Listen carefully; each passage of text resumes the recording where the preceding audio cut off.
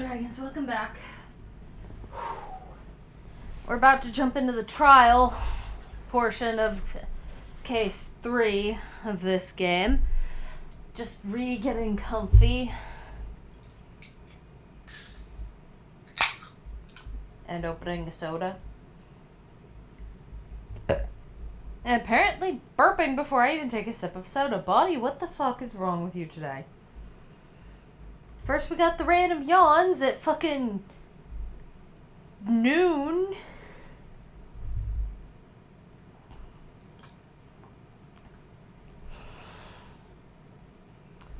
Then we got the weird burps. Body, are you okay? What do you want?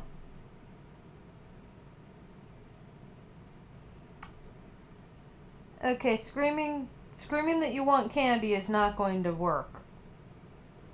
You're gonna get an apple later. If you keep screaming that you just want candy or sweets, you're already having a soda. That is your sweets. If you keep screaming that at me, you are going to get an apple and deal with it. Okay? If that's what you're gonna keep screaming at me, you just want sugary treats, you're getting an apple, so shut it. You're already getting a soda, you will not be getting anything else. That is the most you're getting. And it's mostly because I want the caffeine and the coffee didn't work.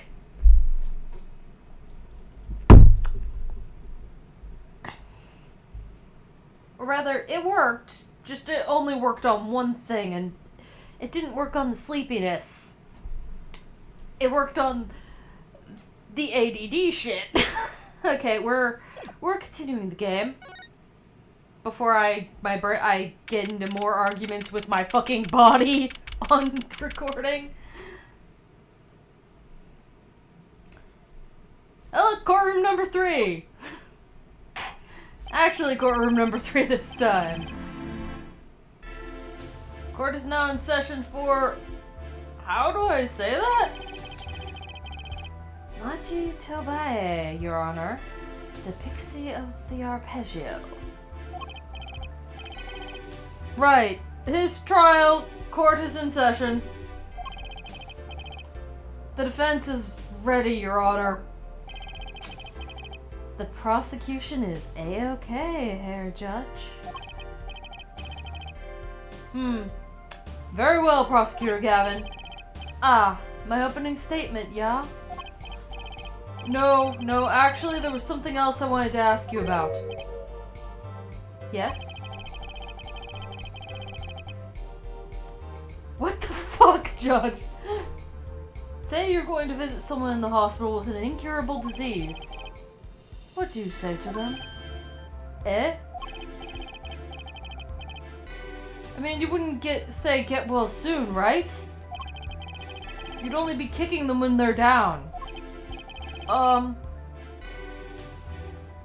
Judge, what are you talking about? Actually, I'm going to visit someone who's terminally ill. Right after this trial. Chief Justice's son. The Chief Justice? His son is afflicted with a most terrible disease. He doesn't have long, it seems. Ah. So I thought I'd go pay him a visit. I thought saying something moving might be the order of the day. Why don't grown-ups ever just say what's on their mind instead of pretending? Well, Trucy, if we grown-ups just say what's on our minds in the wrong place,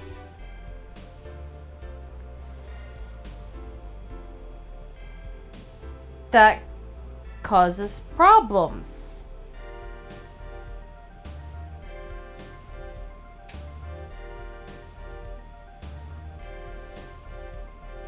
I mean, it also depends on what's on your mind, but, you know, you can't just... The world is complicated. You can't just... You can't always just say everything that comes to mind. It's complicated.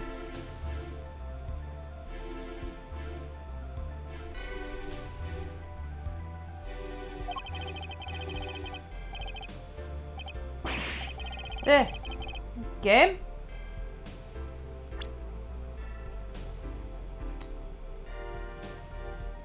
She's looking at me with something like disgust. Hey, what are you looking at me like that for? In any case, I'm a bit busy today, so let's wrap this up quickly. Prosecutor Gavin, your opening statement, briefly. You're in luck here, Judge. I believe you'll be going to your hospital visit sooner than you think.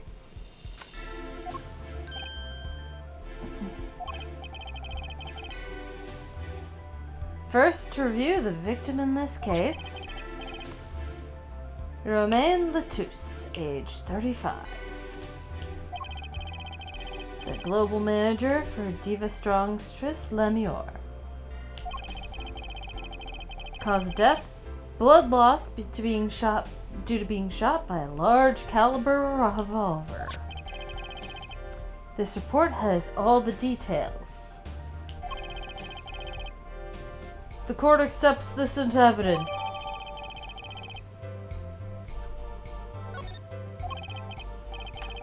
.45 caliber, that's quite large, isn't it?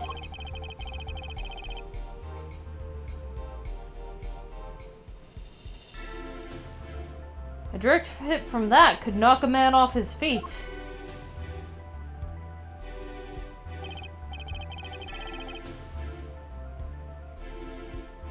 However, the bullet struck him in his shoulder.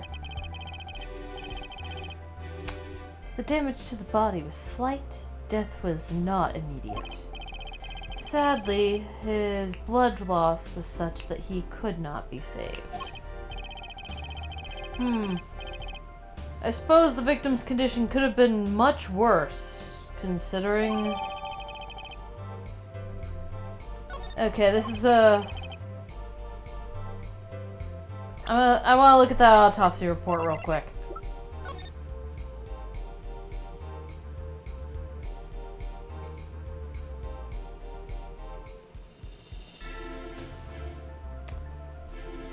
Interesting.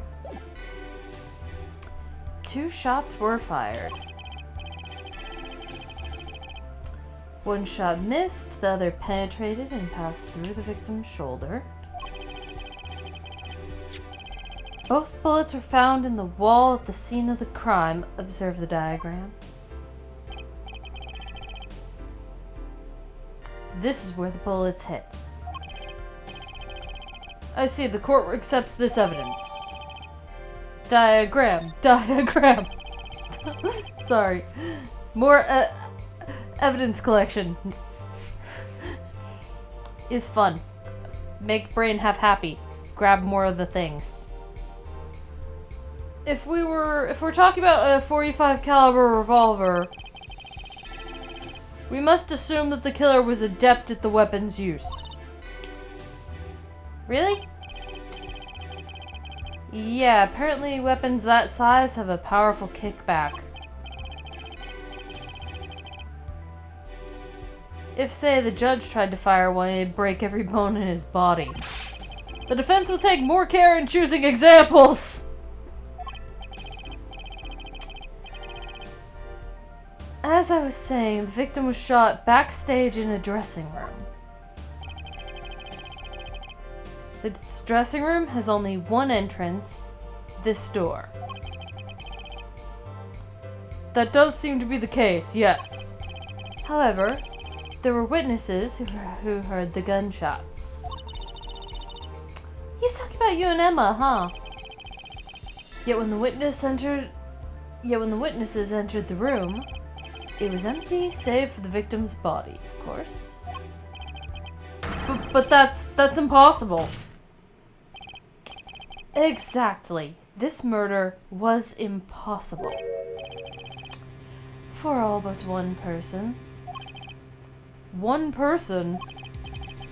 That is, of course, the defendant Machi Tobae. only the defendant could have committed the crime? But how? It's quite simple. The circumstances of the crime scene make it clear. Bouncing back and forth between Clavier and the judge. Ouch.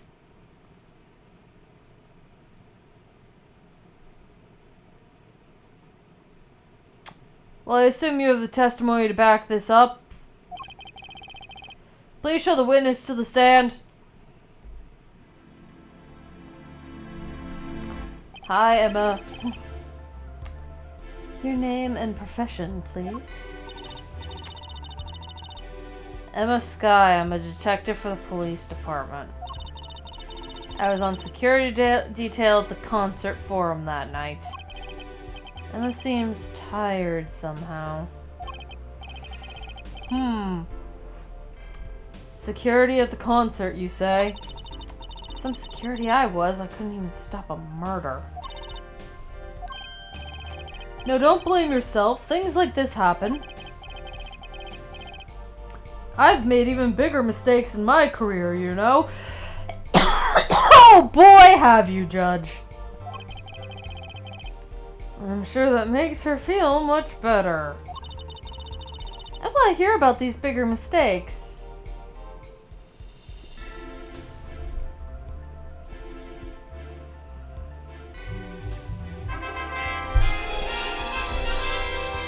Give me a moment, fellow dragons. I gotta see what that text is. It might be important.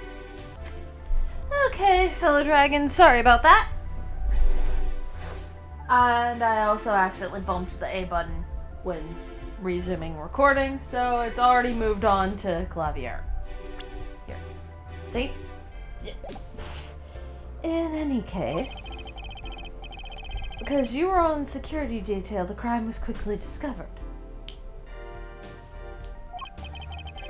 And we were able to identify the killer.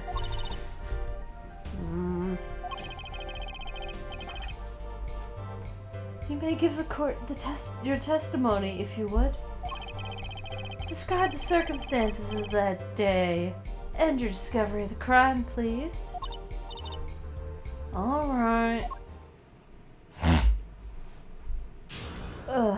Also, my nose is doing a thing for a specific reason.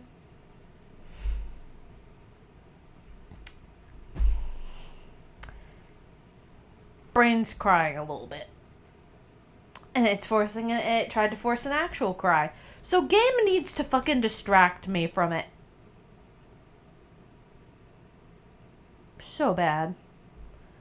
I might end up getting another text soon. I will look at it after recording if that's the case. Unless it comes from my aunt.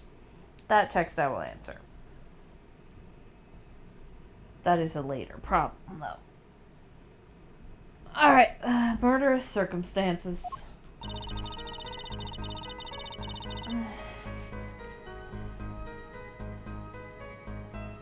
The night of the murder, I was on security backstage at Prosecutor Gavin's request. Only people involved with the concert in some way were allowed backstage. At the beginning of the third set, I heard shots. I went into the room filled with blaring rock music and found the body. I examined the scene and determined that only the defendant could have done it.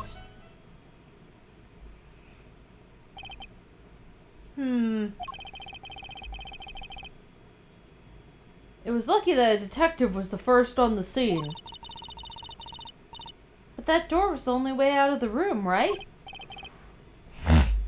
Yeah, pretty much.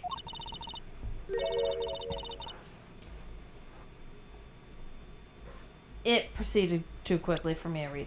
I don't get it. How can they say that Machi did it? Looks like we need a bit more information. Very well, the defense may begin the cross-examination.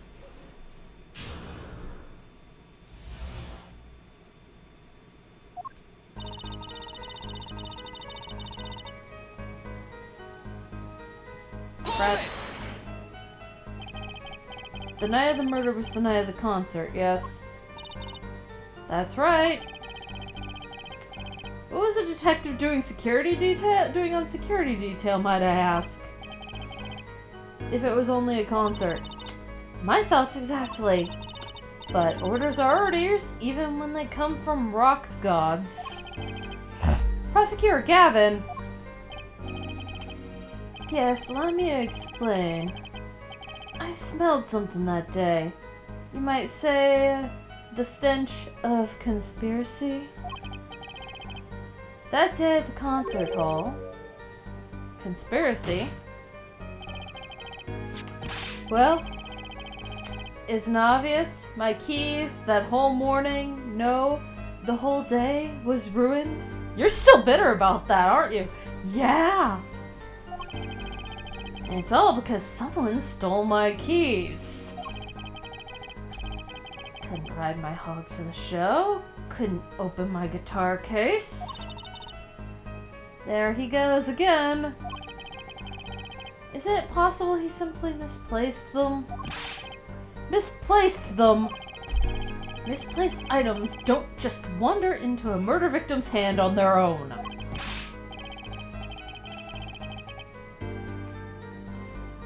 What's this? Prosecutor Gavin, if your keys were in the victim's hand, that makes you a prime suspect.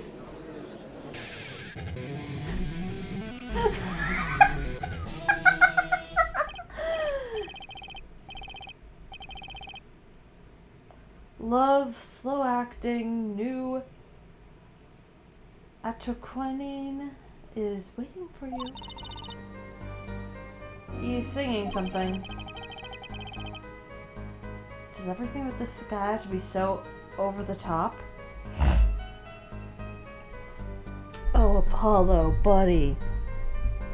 You have not seen over the top yet. You have yet to encounter Simon Blackwell or the other guy. Be happy you're not dealing with Francisca. If her keys were found in the murder victim's hand, she'd be freaking the fuck out and whipping people left and right. That girl needs therapy. Actually, let's be real. Most of the cast of this game needs therapy.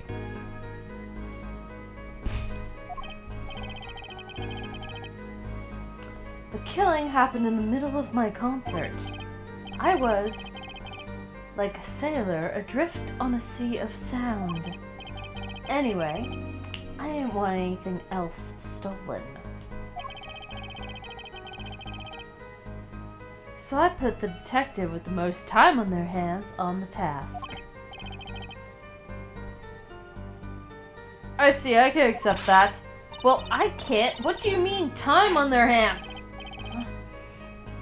Please, the testimony. Only people involved in the concert in some way were allowed backstage. We were let in, though. I didn't know about that. I certainly didn't invite you. I gave the Fraulein special permission to be there. I wanted to see her again. Clavier, she's 15. I will kick you in the dick. Oh boy, did you hear that? We're officially involved now. Gee, great.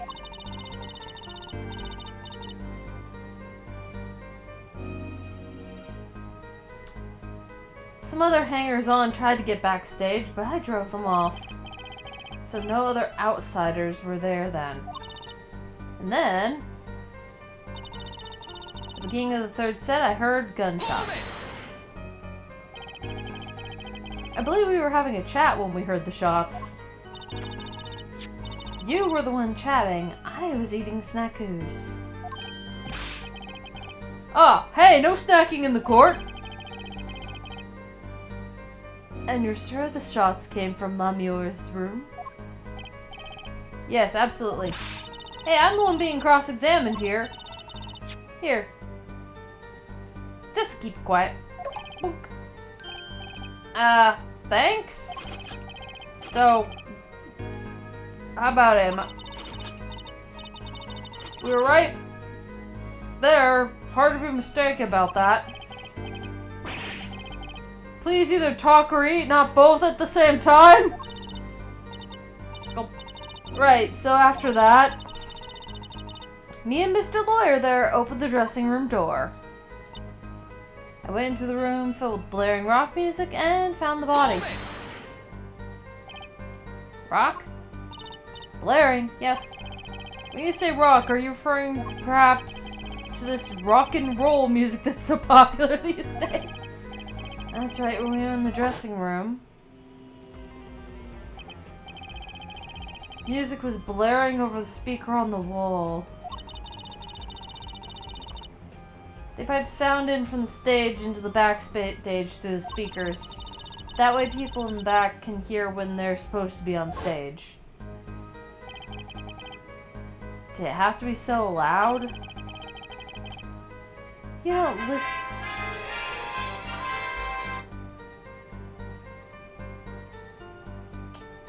You don't listen to the Gavineers with your ears.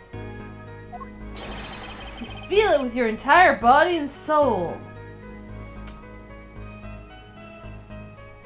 Spoken like a true man that doesn't have sensory issues.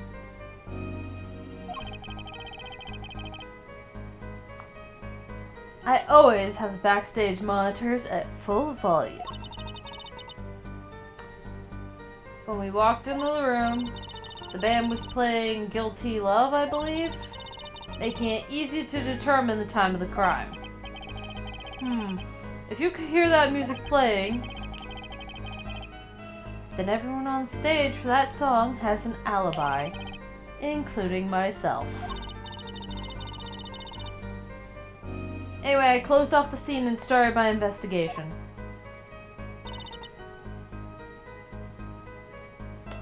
I examined the scene and determined that only the defendant could have done it. How could you know something like that? As I said, it was clear from the circumstances. Listen. We know there was only one exit from the room, that door. The small window only opened a tiny crack, and no human could get in there. And I was standing in front of that door. So how could the killer have fled the scene? The only possibility? The air vent. Ah! But that air vent was too small. Who could possibly... Exactly. There's certainly no way you could get through, nor me.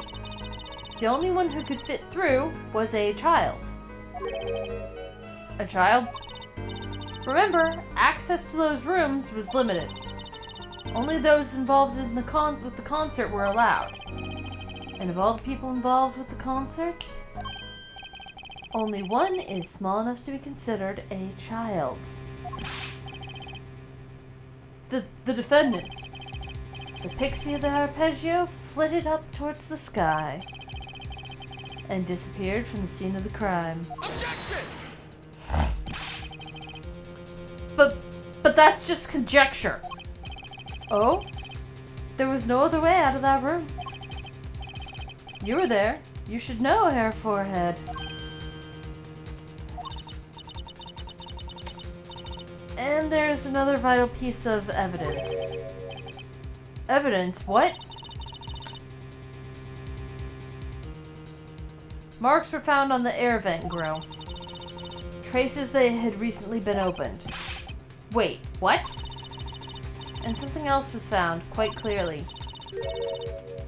The defendant Machitobaya's fingerprints. What? Game, don't auto-progress. I don't even have autoplay on. Look, this is autoplay, that is not.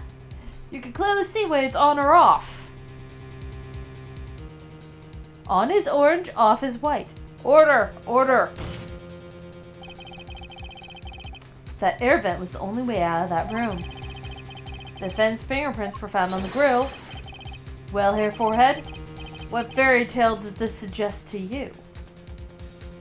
Yeah, you can see. Autoplay being on, autoplay being off.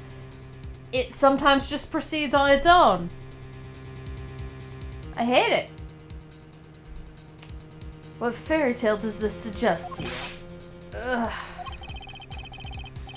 Only one could pass through that air vent, that doorway to heaven. And that one is our pixie. Why are you looking at me, Apollo? Hey, I was out whooping it up in the audience.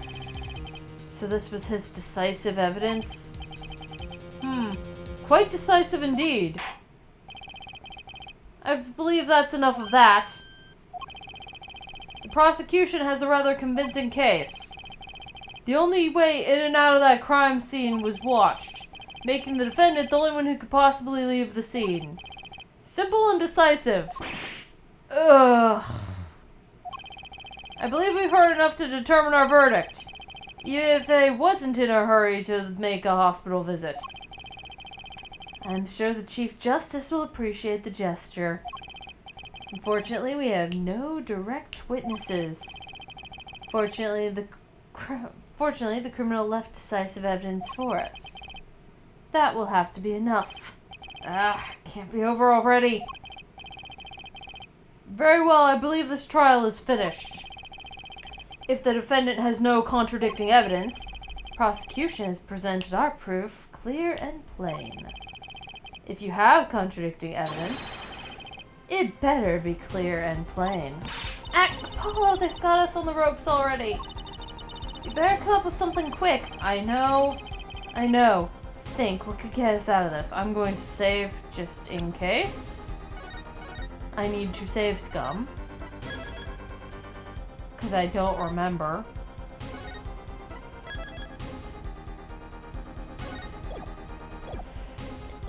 Okay. Gotta look at the court record as well.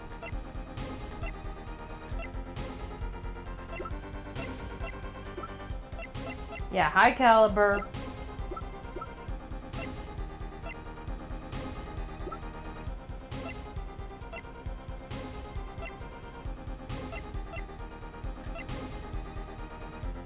Proof that there was a witness. We need evidence or a witness that can prove Machi is innocent beyond a doubt. Without that, well, Mr. Justice, do you have contradicting proof that can overturn the prosecution's case? If you do, you better tell us about it now. This is it, and so soon. If you mess this one up, it's all over. The court wants contradicting proof. So there's... First off, the gun. Is the kid injured? Is his entire arm dislocated and or shattered?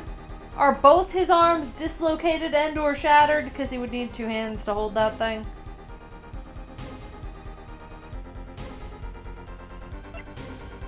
Witness.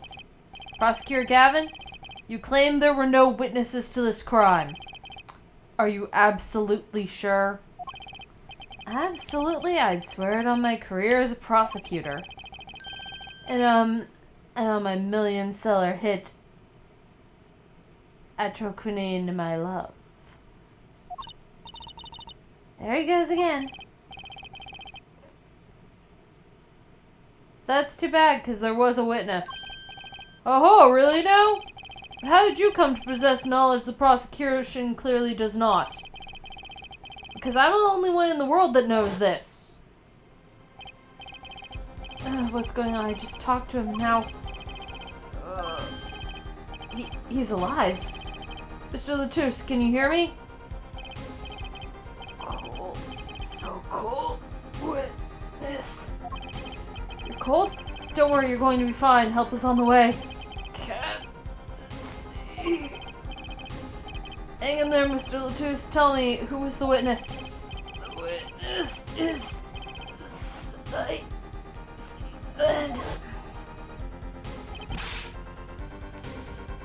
What? The victim said this before he died? Perhaps he did, and perhaps he did not. What do you mean by that? All we know is what Herr Forehead says he did. It's no testimony, especially since it comes from the defense attorney himself. Objection! But it's the truth. He said it. I even told you about it. But apparently, you ignored me completely.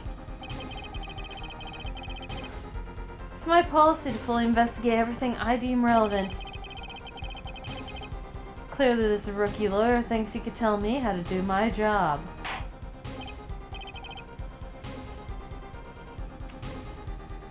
That's enough. Mr. Justice, we need clear, contradictory proof from you. This witness of yours, unknown to the prosecution.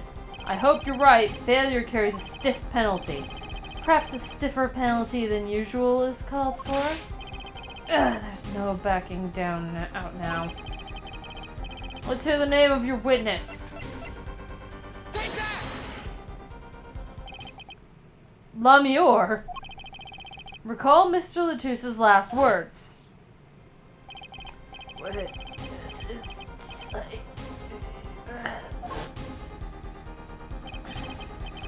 a siren? Ah, he meant the siren.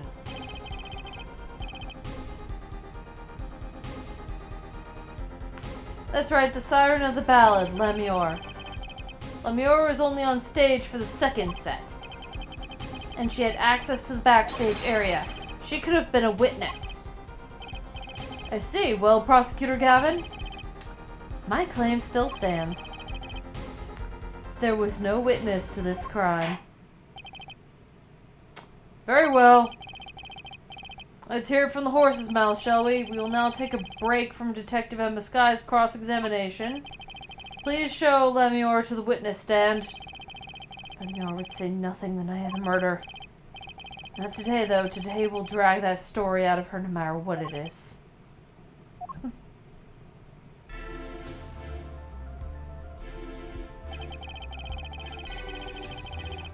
It's my distinct honor to welcome the siren of the ballad to our courtroom. You are too kind. You could speak English? Yes. Yes, I can. Though I am not very good, there is much I do not know. You speak so well. Have you spent time here before? Actually, I do not know how I came by my knowledge of your language, nor where I studied it. Huh? What does she mean she doesn't know? I too thought to call her as a witness, but I did not. I had a reason, of course. What's that? Lamior suffers from amnesia. Amnesia? Lamior is not my true name.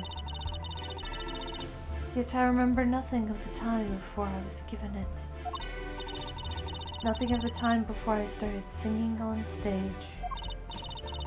Whoa, she's even more mysterious than I thought.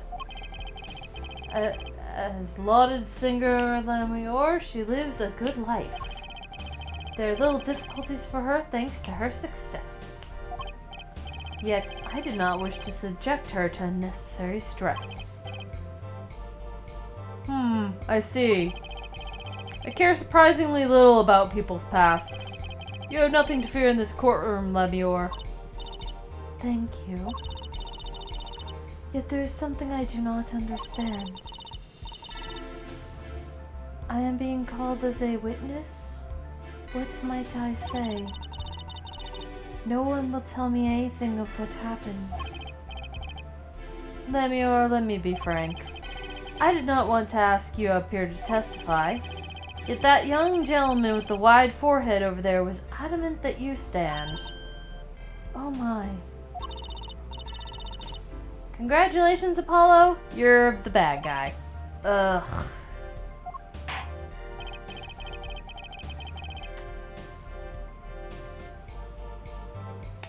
Well, now that you're here, please give us your testimony.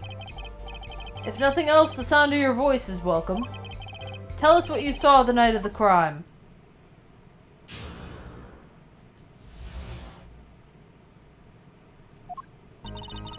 As for what I saw nothing.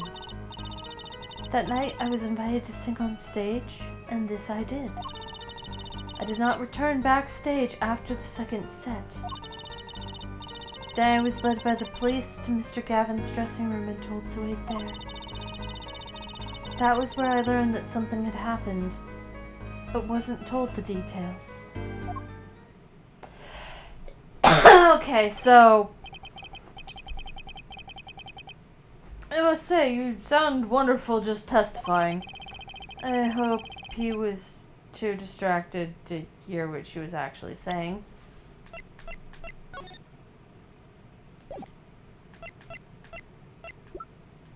Hopefully there's video of the concert that shows that she had the brooch on. There you have it. She saw nothing that night. Now we can only pray that the defense has sense to admit defeat and refrain from detaining her here any longer than need be. Wow, you just got badder, Apollo. Way to go. Ugh.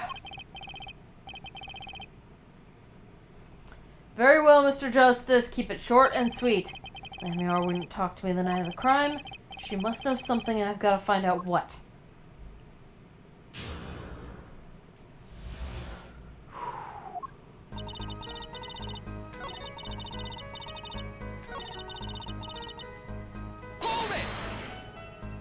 I'm only pressing this. You did not return backstage once? Where were you then? What were you doing? I was cleaning up on stage. There are many things I must do for a performance other than simply sing. And was Machi with you at this time? Unfortunately, I do not know where he was. So much for an alibi for Machi.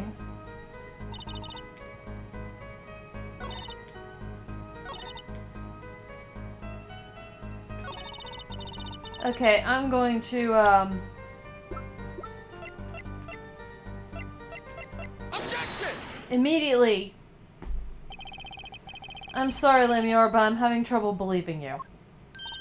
Hmm? You remember this brooch, do you not? Why, that's Lamior's. She was wearing it for her song. Care to add that to the testimony, Prosecutor Gavin? What?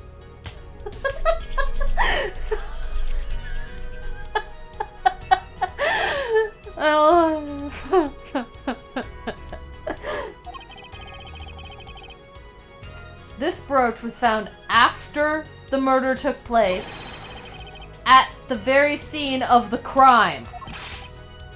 What?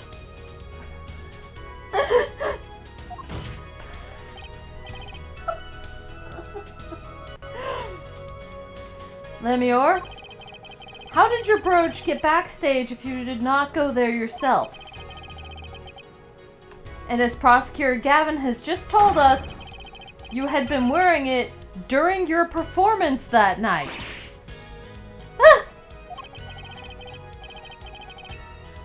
What is the meaning of this, Lamior? Please explain. Lamior? Poor Jinian. She says English is quite difficult. That trick's not going to work here. I'm going to testify like this now, and you cannot stop me.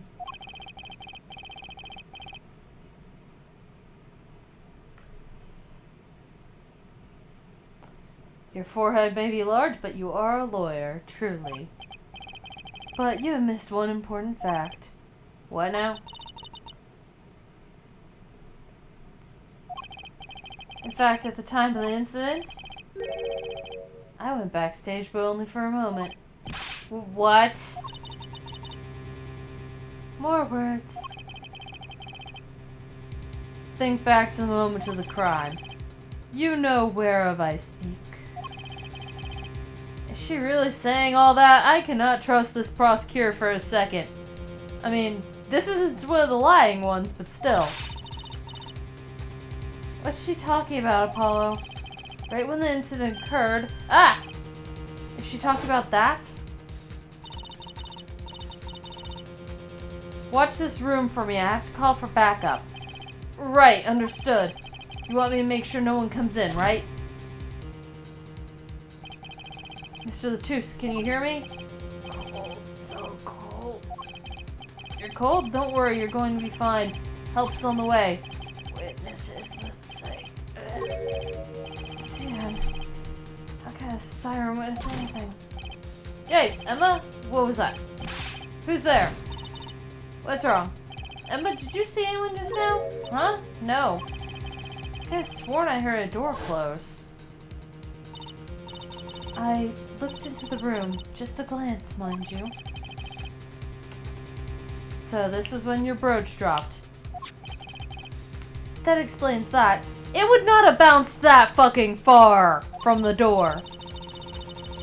It does. There was no other time I could have dropped it. But that's ridiculous.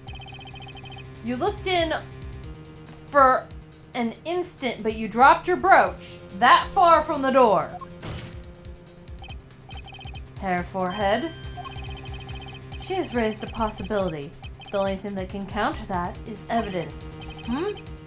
So she looked down the crime scene. Actually, I intended to go into the dressing room. I knew nothing of what had happened, of course. But the moment I opened the door, I heard a horrible voice. Hair forehead shouting, "Who's there?" no doubt. Horrible voice indeed. Ugh. I closed the door immediately. Well, that explains the brooch. No, it actually doesn't. Let's return to your testimony. That's too convenient. She's hiding something. Lemior? You did look into the room, though, right? Yes? Testify as to what you saw. Very well, though it was only the briefest of glimpses.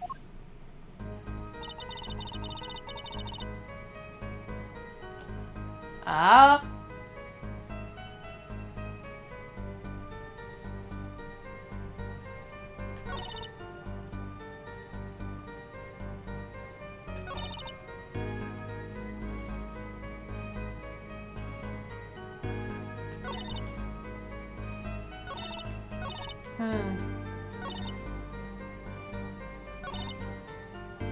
Okay, well, pressing. What did you see in that brief glimpse? I had only opened the door slightly when I heard that horrible voice. And shut the door? I have always wondered, Hair Forehead. Does that voice of yours lack a volume knob? That's my cords of steel, man. Just back off. Apollo? You might want to consider your cringe phase if everyone's making fun of you for the whole cords of steel thing. Pick a different cringe phase, man.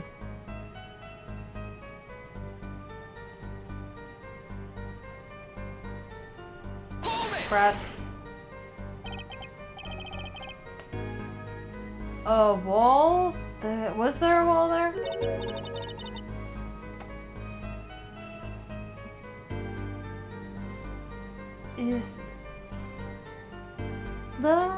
Is what in English? A division or partition, I believe. It was a large dressing room divided into 2 halves. And the murder took place inside half. Guess that partition might have hidden the body.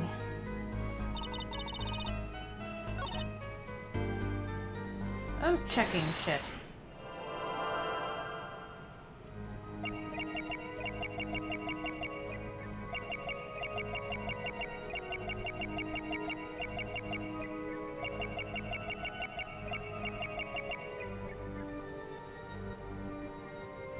Here again.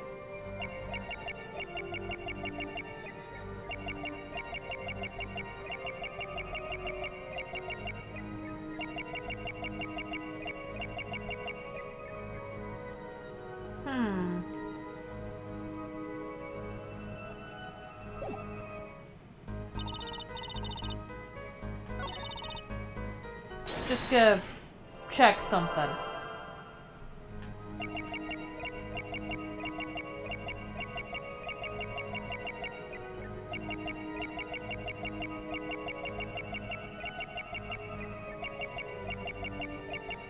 Okay, so I was right.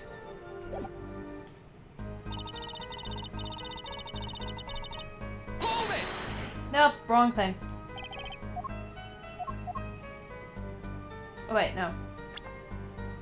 With Machi, correct? How was he then? He seemed as he always does. Though I believe he was shocked by the news of Mr. Latus's death. Yet he is not the type to show much emotion. Yes, he's given the police no end of headaches.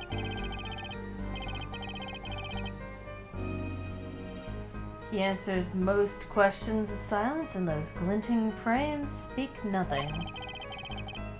The questioning hasn't gotten very far. We sat there waiting. Alright, blip. There we go. This is what I was trying to do. I was trying to go back. Now that I've seen the thing. Blip. Gotcha!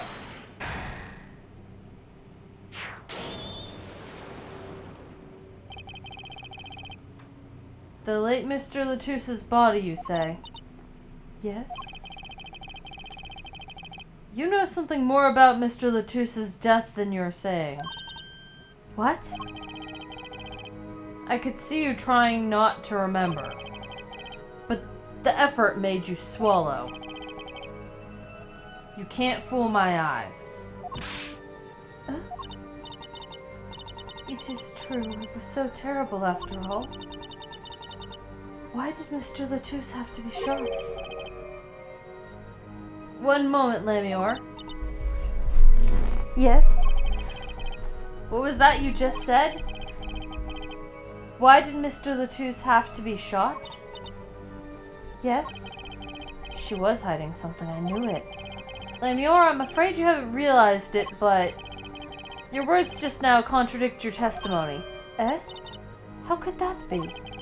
Take this. Lamior contradicted her own testimony. I have the evidence to prove it.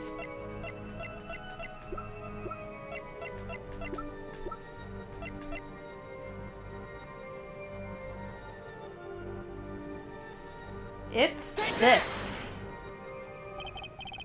Tell me, Lamior, how did you know he had been shot?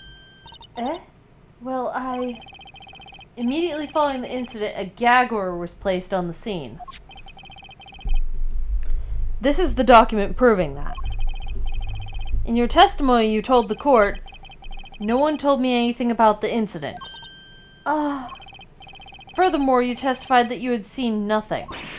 Yet you knew that Mr. Latus had been shot. How could you have known?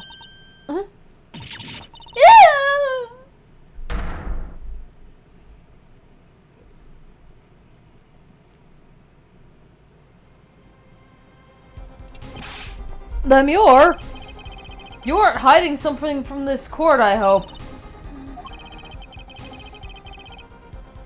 That sweet song of hers was sounding a little too sweet.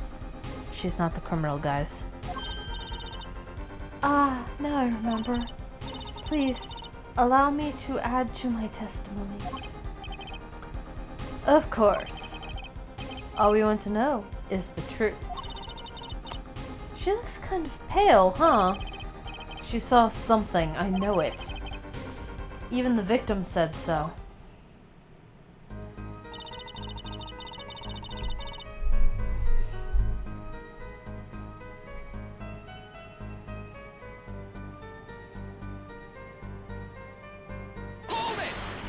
Hold it for multiple reasons. Only a glimpse, yet you knew there were bullet holes? Yes, I recognized them immediately. I have seen bullet holes before, you know. You have traveled the world as a singer. You must have sung in places far more dangerous than our country. I go wherever my voice is needed. Those places are many these days. That's really cool. I hope they get to travel like Lamior. I hope I get to travel like Lamior someday. I plan on recording my next album overseas. Their studios have a different sound, you know? Maybe I should go on a Chords of Steel tour too. No, Apollo, we're working you out of the cringe phase, not deeper in.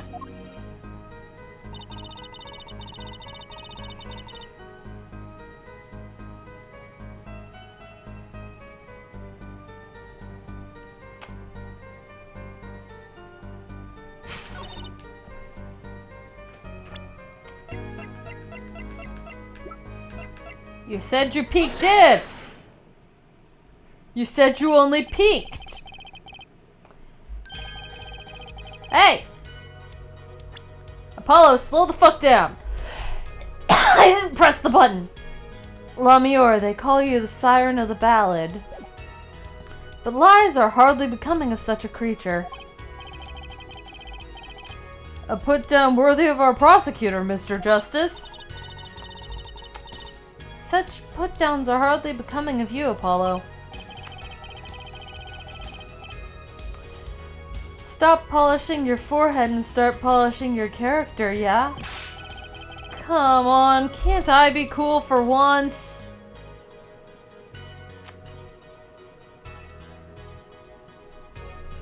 You'll be cool once you grow out of your cringe phase, buddy.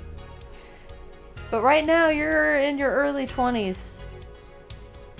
You're still deep in that cringe, man. Work your way out of this cringe phase and just be aware that cringe phases happen when you hit the next one.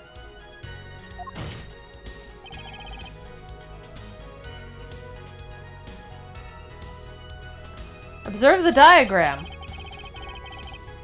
Lamior, you looked in from the door for just a moment, correct? Yes, that is so. There were bullet holes in the room, yes. But they were on the wall the door is on. Eh? You see, assuming you merely glanced into the room, you couldn't have seen those bullet holes. Ah! Lamior? Yes? I'm afraid the defense has raised a good point. It appears you have been holding back something. And I must tell you? I must tell you what it is I saw. Yes. The happenings in this trial are being recorded. And I am certain it will be on the news in Virginia. You understand your reputation is at stake. It falls to you to avoid tarnishing it. Personally speaking, I still believe that cross-examining her will yield us absolutely nothing. But she knew how Mr. Latouche died, and he named her as a witness. You must have seen something, Lamior. Very well. Lamior, please continue your testimony. Very well, I shall.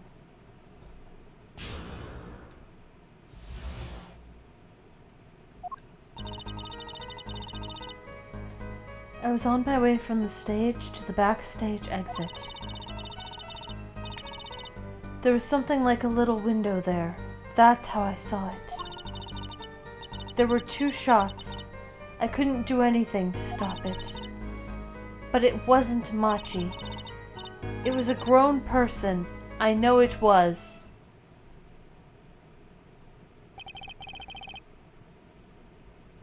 So you did witness the crime?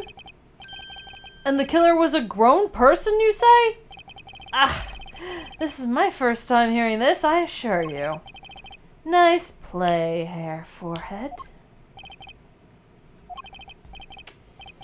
Very well, Mr. Justice. You may begin your cross-examination. Great going, Apollo. You were right about Lamior. What's wrong? You don't look too happy. This whole thing smells fishy, that's what's wrong. Huh?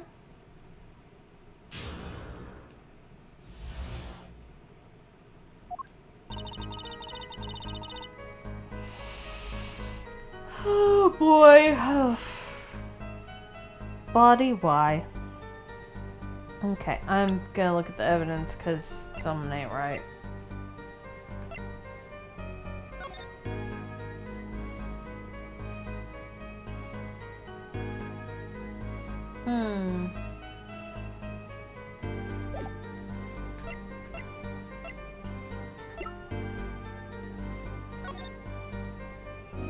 Okay, so there's the window in the corner, there's the thing, door, partition, furniture.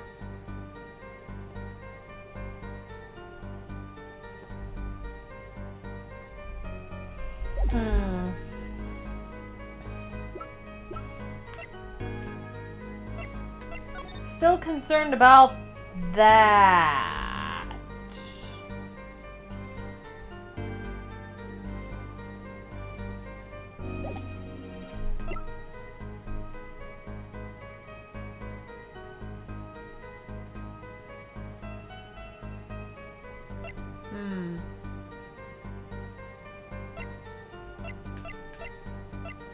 Okay, well.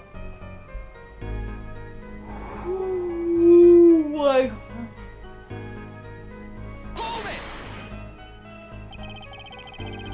So you were heading towards the dressing room?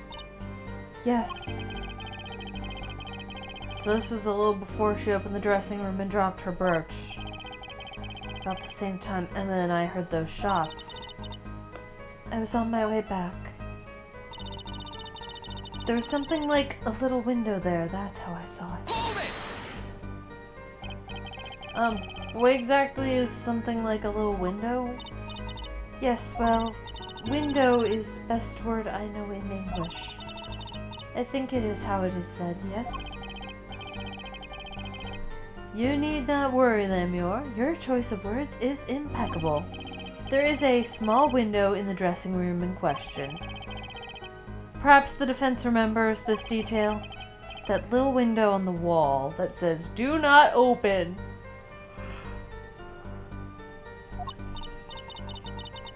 I saw the crime from there.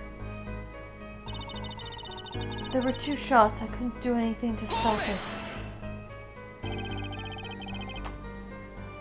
You are certain you heard 2 shots fired? Yes, quite certain.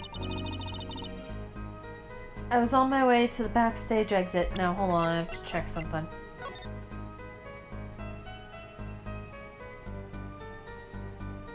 Okay. I don't know how to check.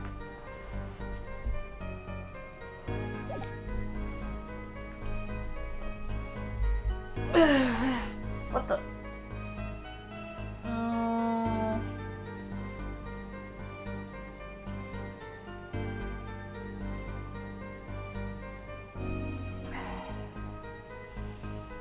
I was on my way to the backstage exit. This was when I heard a faint sound, like a gunshot. Wondering what it had been, I peered through the window. That is when I heard the second gunshot. Much closer. And there were 2 bullet holes at the scene. No contradictions so far. It all happened on the other side of that window. There was nothing I could do.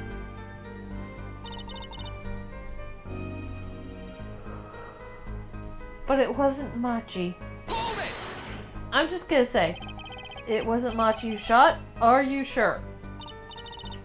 Quite certain. It amuses me that you would question her testimony. It is testimony in your favor. Isn't it my job to object? Yeah, Paula, what were you thinking? Trucy, let's just listen to what Lemuel has to say. Can you tell me how you were so sure? Yes, of course, you see? It was a grown person, I know it was. A grown person? That's a little vague. I'm sorry?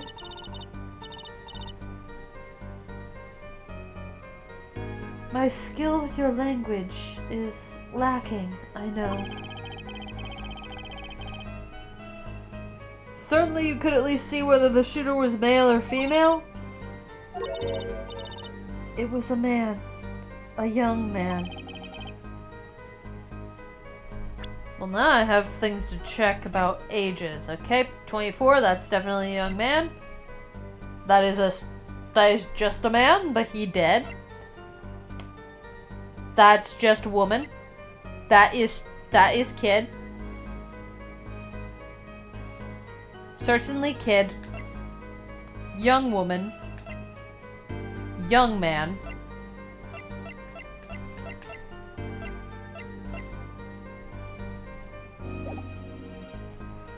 And you're sure of that?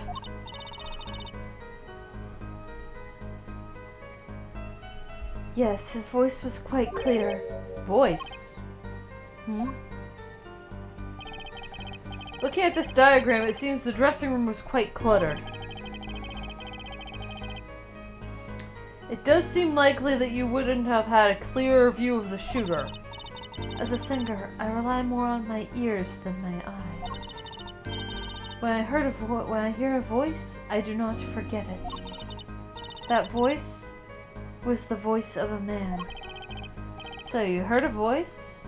But wait. Couldn't that have been the victim, Mr. Latouche? Absolutely not. Did I not just say that I do not forget a voice? If it was Mr. Latouche who spoke, I would have known. Indeed. So, you were at the window and you heard the shooter's voice, the voice of a young man? Apollo, this is a good testimony. That proves it wasn't Machi. Indeed. If this turns out to be true, it would cast this case in a considerably different light. What is the defense's opinion of this testimony?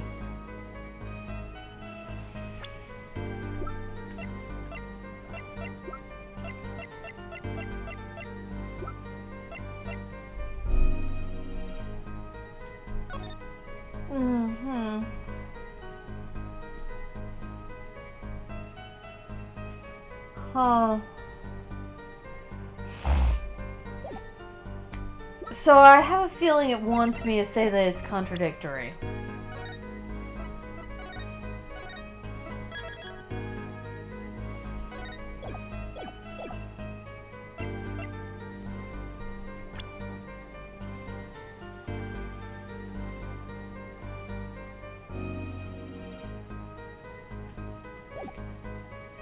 I think it's technically contradictory, but I'm gonna say this. Well, I'd have to say it's pretty good. Vital, even. This shows that the shooter wasn't Machi. Ha. Yeah, I knew that the other answer was the one that was correct. Surely you can't be serious, Air Forehead. Why not? Lemure, I understand why you'd want to protect Machi. Yet remember, you are the siren of the ballad, and lies do not become such a creature. What does the prosecution mean? Apollo, what's he talking about? How come no one bats an eye when he says stuff like that? Because he's not in a cringe phase, Apollo. When someone going through a severe cringe phase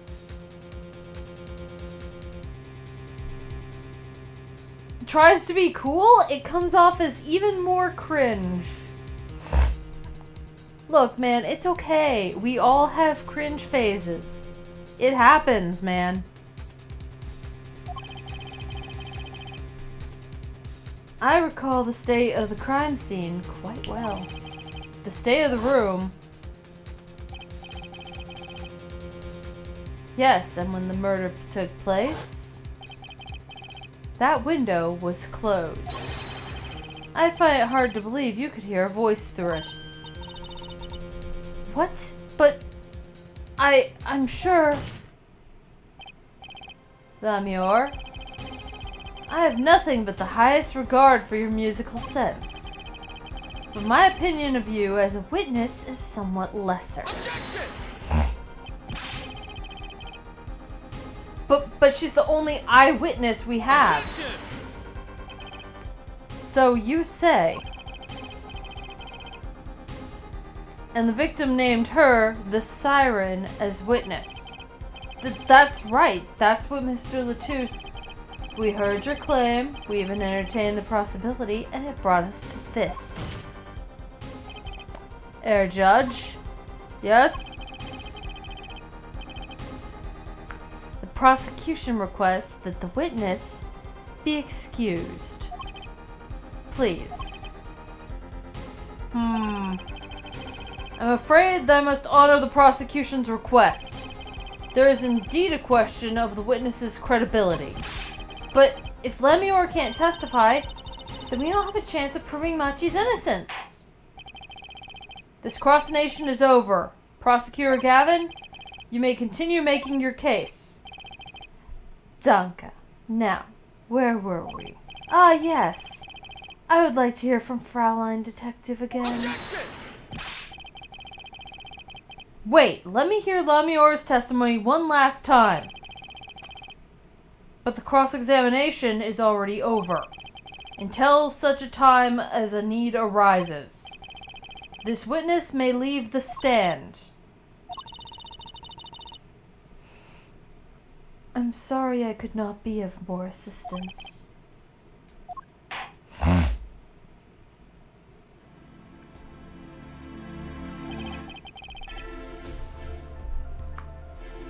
At last, back to the real trial. Ready, Air Forehead? I hope I didn't just miss my only chance.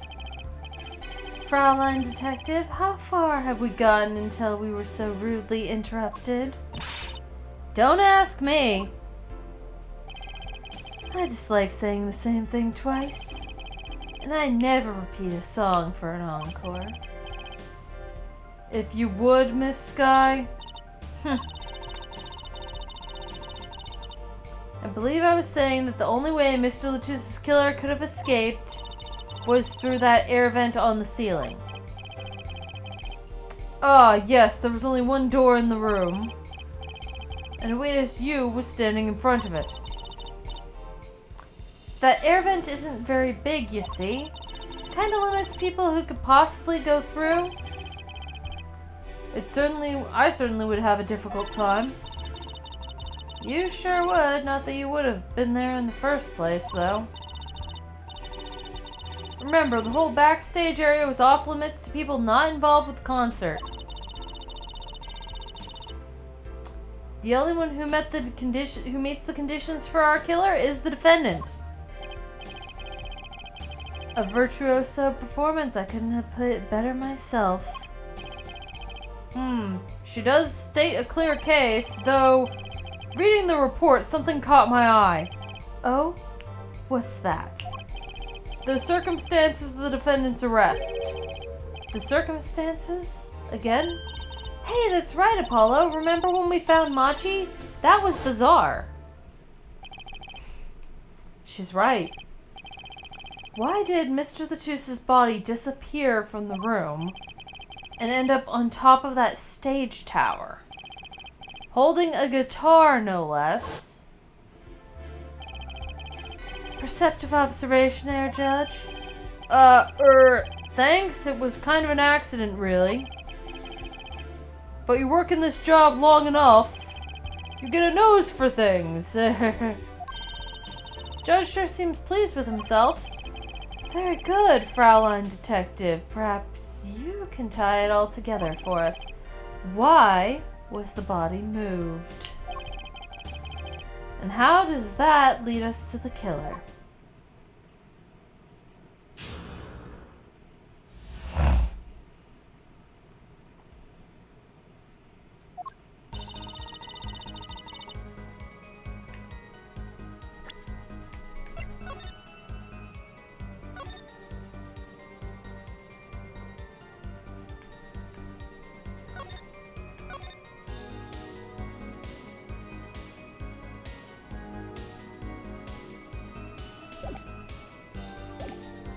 I believe Machi stole the body because of some lyrics. He moved the body to match Lemior's song. No one in this country had a motive to kill the victim. and Machi practically left his signature at the scene. All this evidence clearly points to the defendant. Lemur's song. Yes, the guitar serenade. You noticed it's code too, did you not? It's code. All the events that day followed the lyrics to our song.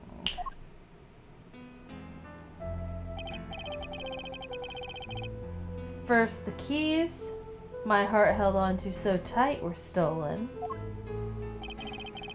Then Prosecutor Gavin's guitar burst into flames on stage. Mr. Latusse's life was taken by a bullet. The rest hardly needs explanation. Guitar, guitar, up together to the sky. That's mad. It's like a story out of some fairy tale. I admit I'd forgotten about the song. But there it is now waiting for me, the grand finale as it were. Hey, you know, I was the one who first noticed that. I've heard of jumping rope to songs and counting to songs, but killing? It's a wild world out there, Herr Judge. Very well. We've heard one song and dance, let's get on to the next. The cross-examination. I'm not so sure I'm going to be doing much singing.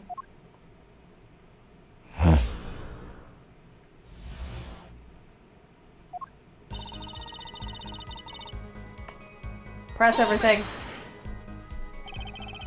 Who would steal a body just to match some lyrics? I didn't believe it myself, but it can't just be a coincidence. It is as Fraulein Detective says. Let's begin with the first verse, if you would, Fraulein Detective.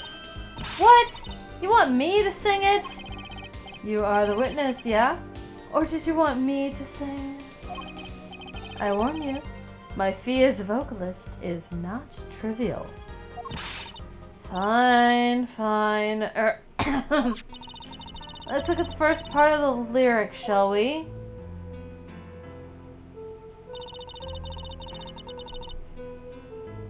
When you stole away the keys, my heart held on to so tight. Indeed, my favorite heart-shaped keyring was stolen that morning.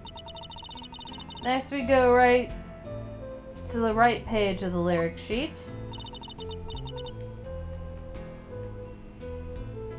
where we find burning in my heart, fire, burn my love away, all away. As we know, Prosecutor Gavin's guitar burst into flame. Like a bullet of love, fire, take my life away, all away. Mr. Latusse's life was taken by a bullet. Bravo, Fraulein Detective. Your singing is mediocre at best, but, you know, that's not your job. Now for the finale. Guitar, guitar, up together to the sky. As it says in the lyrics, Mr. Latusse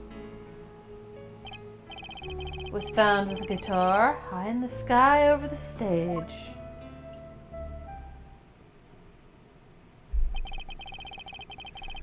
No series of coincidences could be so well conceived. He's right, scientifically speaking. What would my walkie have said? That concert was whack? Don't borrow someone else's cringe phase, Apollo. You gotta finish your own before you can dabble in someone else's cringe.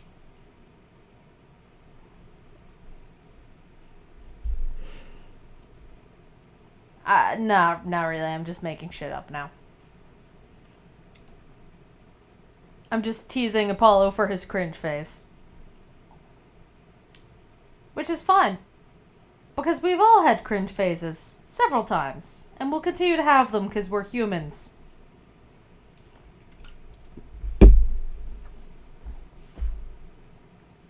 It's hard to argue when she pours her heart into it like that.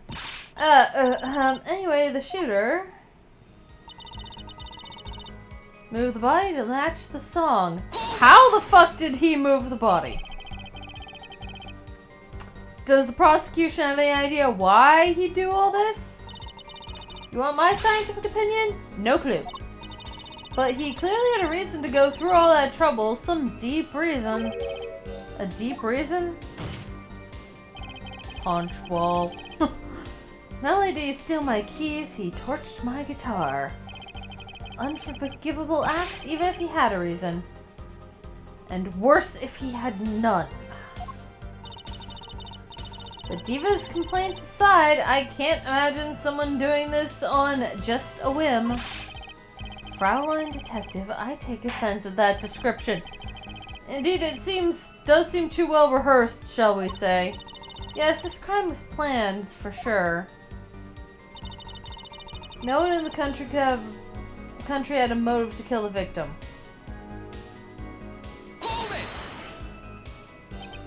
But Mr. Latouche spoke English. He may have come to this country before. I looked into that, I assure you. Oh? It was his first time in the country, it seems. Apparently he learned English on his own. Great. You see? No one here had a motive to kill him, and certainly not in such an elaborate fashion. It does seem difficult to imagine. Unless our famous prosecutor did it as a publicity stunt. What did you just say? Prosecutor Gavin, you did this to promote your song? Of course not, and I am quite dismayed by the ludicrous nature of her claim. Why would I need promotion? Everyone already listens to my music. They're even in my textbook at school. And I'd never heard about them? What does that say about me? Why is a rock band in your textbook at school? What are they trying to cover up by putting a rock band in the textbook instead of something else? It's music class. Oh, that's different. Never mind. I was just kidding. Don't get all worked up, Glimmer Boy. And Machi practically left his signature at the scene. What do you mean by his signature? The bullet holes in the wall, of course? The bullet holes? The revolver was fired twice. One shot missed and left a hole in the wall. And that means what exactly? The dressing room isn't exactly spacious. Picture the shooter facing off with the victim in there. They can't have been more than 5 feet apart. It would be difficult, almost impossible, to miss at that range. Difficult to miss, you say? Very. Assuming the shooter could properly aim. No, you can't be serious. Machi, he can't see. That's why he missed? It's the only explanation that makes sense. He used sound and other senses to fire the gun. Poorly. That reminds me. The monitor in that room was blaring at the time, yeah? Hardly ideal conditions for tracking by sound. A blind shooter? No wonder he missed. I knew those bullet holes would come back to haunt me. Think, Justice, what do I do just now? Objection? Sure, there were bullet holes left in the wall, but that doesn't prove the shooter couldn't see. Oh? How so? Well, there could have been a struggle with the victim. That's certainly possible. And it might have been the revolver's fault. The revolver? The revolver was a very large caliber, correct?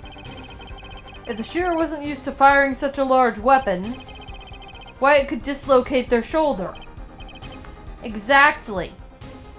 And it would definitely dislocate a child's shoulder, used to weapons or not. The defendant, Machi Tobae, as you can see, is tiny. It is not hard to picture him firing a gun and missing entirely. The kickback alone would throw off his aim. Apollo, you're stupid. Convincing argument to be sure. Idiot.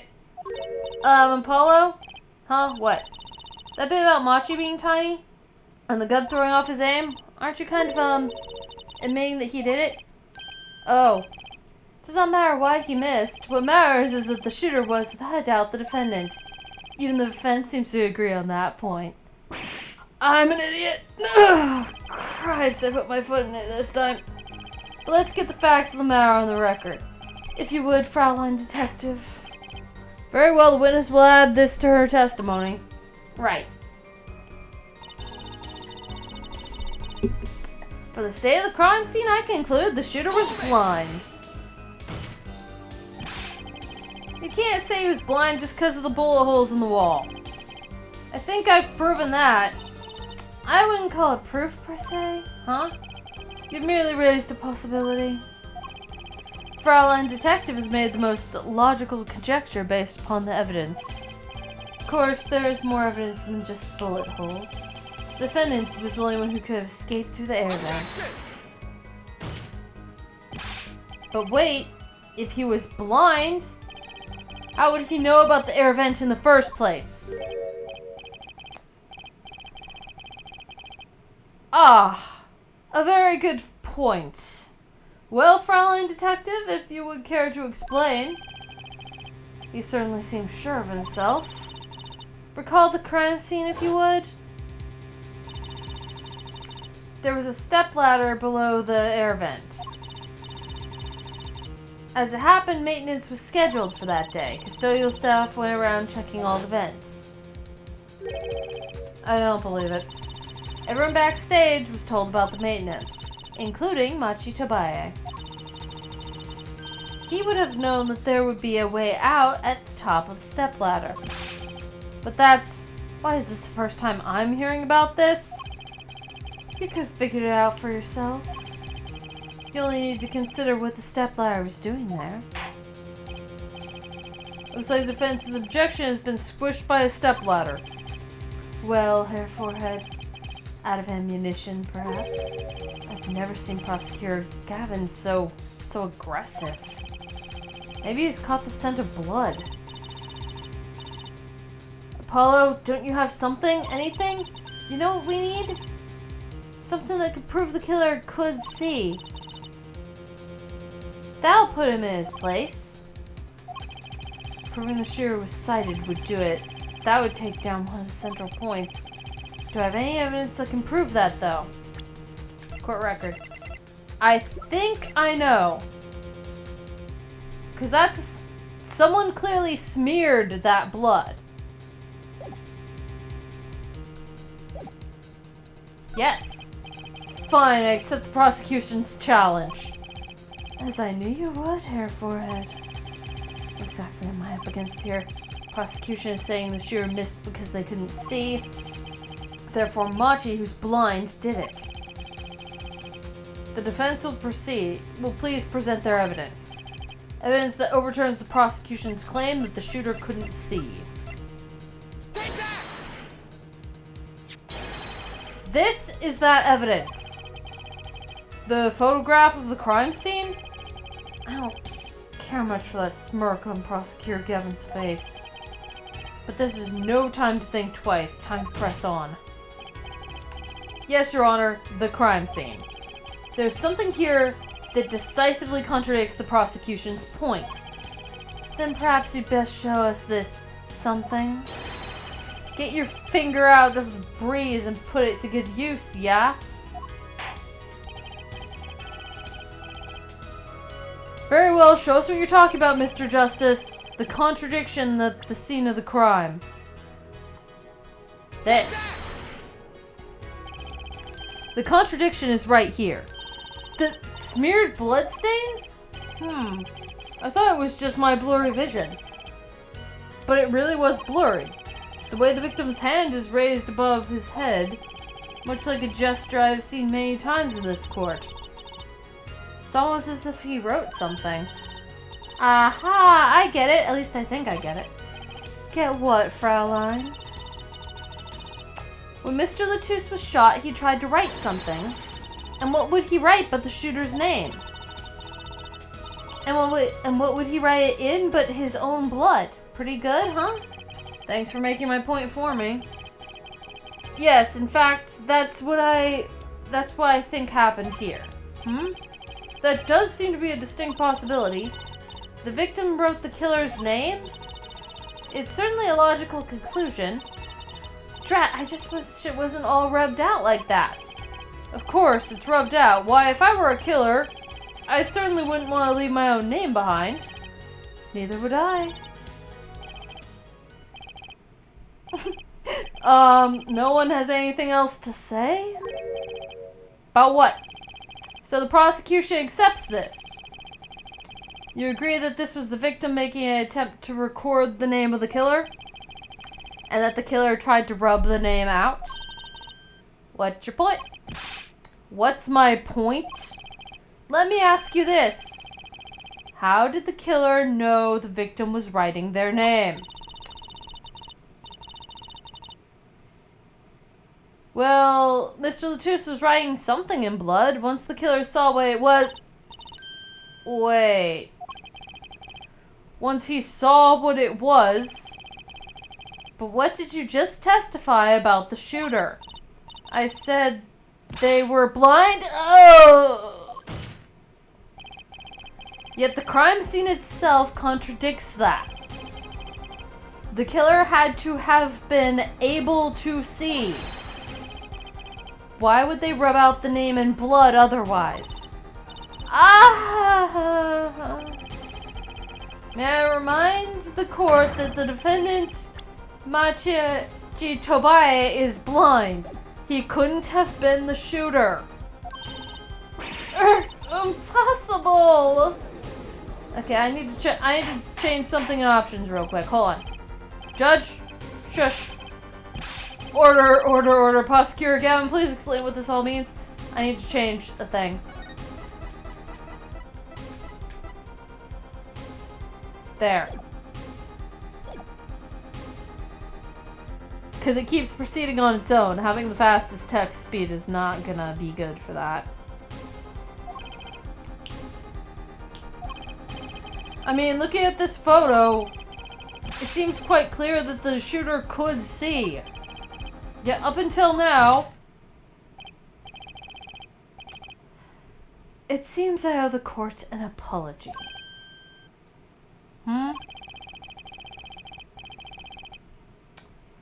The Gaviniers are a band with law enforcement ties, yet a murder occurred during our concert. Apparently this caused some confusion over jurisdiction. As a result, some reports were not filed in a timely manner. I'm not sure I like the vibe I'm getting here. Hey, Paula, look at him. Why is Prosecutor Gavin all relaxed and smiling like that? Like he knows something we don't, and he's about to tell us? I've got an idea. Let's rock.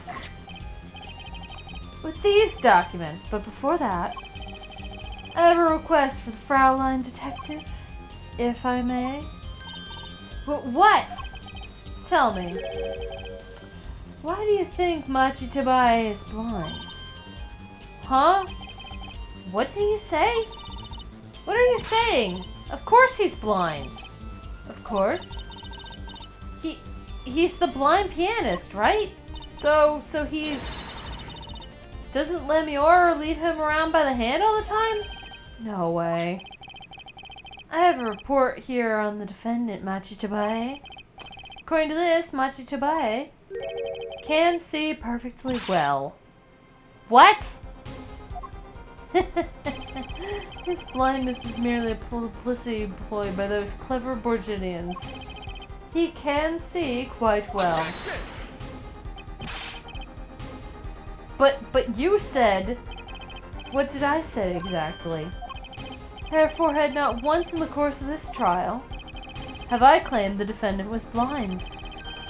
The only one who did was Fraulein Detective. But that's a significant fact, yes. Consider Machitobae sees that he was the only one who could have fled through that air vent. I see no problem with this. What about the bullet holes in the wall? Yes, the bullet holes. I believe Herr Forehead neatly explained those for us. He didn't miss because he couldn't see. It was the kickback from the .45 caliber revolver. Simple accident, in other words. Ugh! How's that? I'm afraid your objection has just flown off for brighter skies. Ugh. This is where the real fun begins, Herr Forehead. Ugh!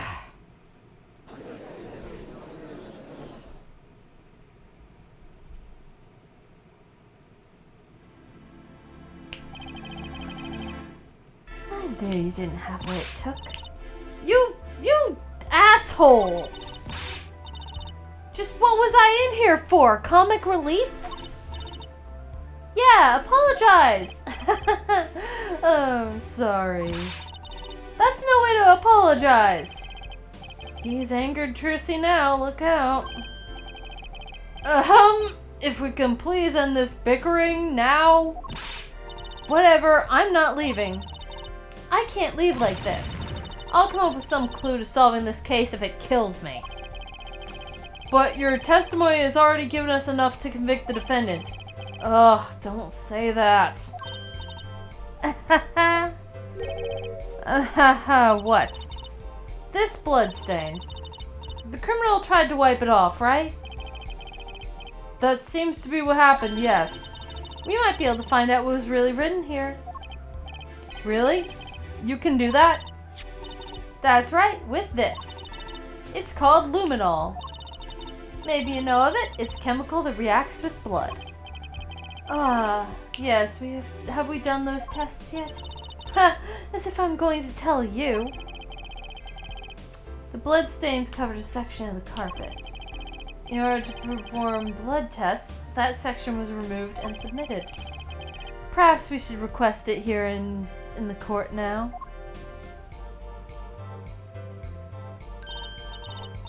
Right, go for it, Apollo. Huh? I have to do the test? Yes, let's spray the luminol on it. Simple. Chemical that reacts with blood. I've heard of this somewhere. Yes, I believe analysis is called for. Have at it. Why me? Right, ready? It's easy as pie. Just press A and spray an area. Here, give it a try. Eyes of the entire court are on me. Apollo, your hand is shaking. Ugh. God, let's do this.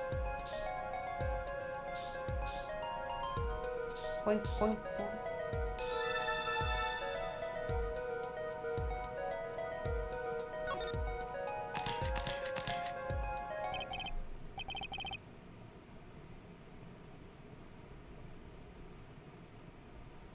That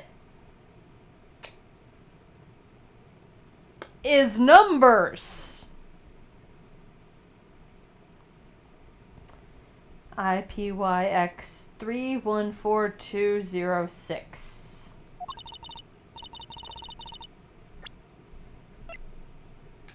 Seeing if I'm remembering. Nope, it doesn't say anything specific about that. This must be the power of science. It says IPXX 314206. I thought that was a Y. Is that the killer's name? Maybe it is if the killer was a robot. I have it. So what is it? I thought those letters, IPXX, looked familiar. This is an Interpol ID number. Interpol? You mean the International Police Agency? Yes, most are undercover agents working to solve international crimes. But why would he write that number? Why would Mr. Latus even know a number like that? Good show, Fraulein Detective. Rock on. Eh? Your Honor, we can verify this number immediately. Daryan, you there? Come up to the witness stand.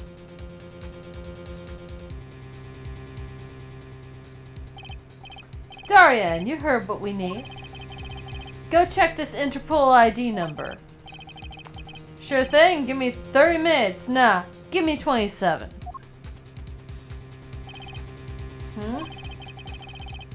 I'm not sure what to think of all this. Prosecution's case is airtight, or so it seems. If this number really is that of an Interpol agent. Oh wait, I know. What if Machi Tobaye is really an undercover Interpol agent? That would be ridiculous, but a possibility. A possibility, yes, and one that would mark him as the killer for certain. Why did Latus know an Interpol ID number? That's what I want to know. Well, we have some time while we wait for Daryan's report. Let's work on unraveling another mystery, shall we? Curious mystery concerning Machi Tobaye. What are you talking about? Fraulein Detective, please accept my apologies. I received word that the defendant could, in fact, see just before the trial began. It seemed too much of a bother to tell you. You had me until that last bit. Does this not raise a rather straightforward question? Well, sure. Why did Machi pretend he couldn't see? Exactly. Makes little sense. What do you think, Herr Forehead? Huh? Me? Machi Tobaye pretended he was blind. Do you know why? How could he know? Wait, Prosecutor Gavin knows why, doesn't he? He's known from the start of the trial. He's been leading us on this whole time. Something wrong. Do you think perhaps this is some kind of game? Know that the moment I heard that report, I knew why. I suppose people who have sold over 1 million records really are something else. What does that have to do with anything? There was a reason why Machi Tobaye pretended to be blind. But it wasn't for his own sake. Getting the picture now? Wasn't for himself?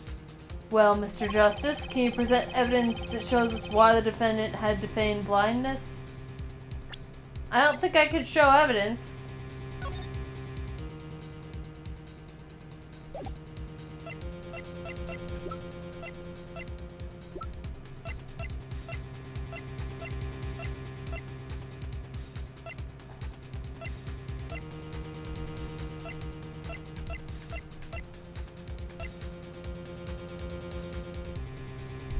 That's what they added?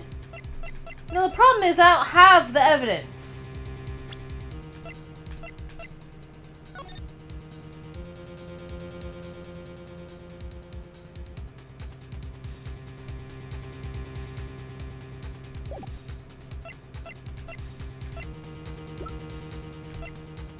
This does not...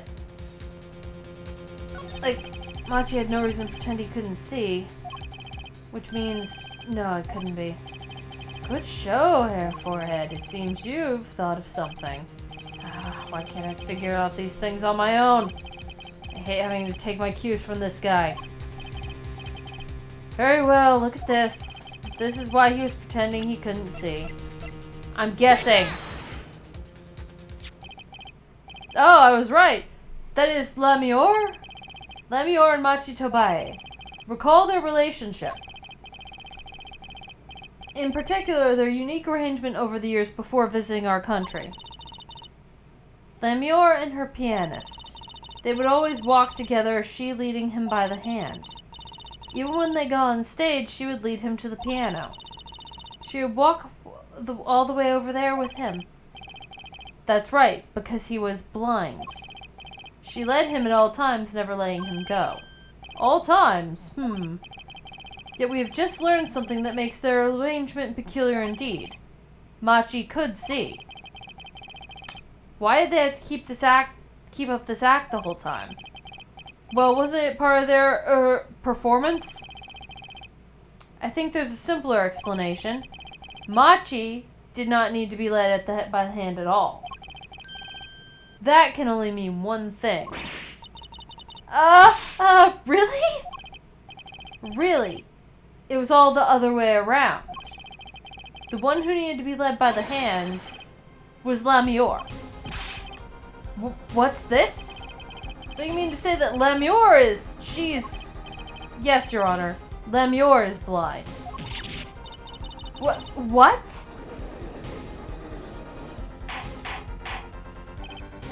Order, order, order. This is crazy, Prosecutor Gavin. Is it now? Please shed some sanity on this madness. The defense has made an outrageous claim. The only thing outrageous I see about the defendant is his vast forehead. Yeah, I see it is not vast in vain this time. He's quite correct. But that makes no sense! Yeah, wasn't she supposed to be the landscape painter in sound or something? Well, since we have her here, why not ask Lemure herself? I believe she's still waiting in the witness room. Apollo, what does this mean for our case? Don't ask me. I had no idea she couldn't see until just now. I hadn't even imagined it until now. Bailiff, bring Lemure in.